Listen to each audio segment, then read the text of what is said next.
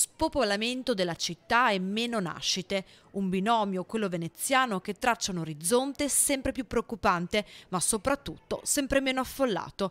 Una vera e propria era, quella della crisi demografica, che racconta di un paese, quello italiano, a saldo naturale negativo da oltre 30 anni. Dal 1993, infatti, muoiono sistematicamente più persone di quante ne nascono. La crisi demografica è un problema che riguarda tutti i paesi occidentali, ma tutti i paesi sviluppati, diciamo, a livello mondiale, e noi purtroppo siamo dentro questa situazione. Una tendenza questa che però non frena l'economia, almeno quella del territorio veneto. L'economia veneta tuttavia è molto vivace, molto forte, soprattutto c'è l'export e il turismo che vanno fortissimi, per cui in qualche maniera abbiamo comunque, nonostante e anche a causa della crisi demografica, una difficoltà a trovare lavoro, cioè noi saremo disposti ad assumere molte più persone di quelle che ci sono. Basta girare per le città, per le zone industriali, non c'è un negozio, un'attività in cui non ci sia scritto cercasi personale.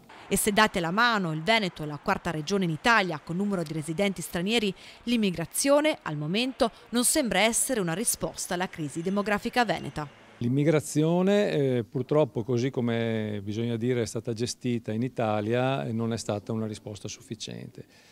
E osserviamo anche, fra l'altro, che il Veneto sta diventando purtroppo meno attrattivo per gli immigrati. Gli immigrati preferiscono spostarsi in Lombardia e in Emilia-Romagna, tanto per stare qui nel nord, che sembra offrano maggiori opportunità di inserimento.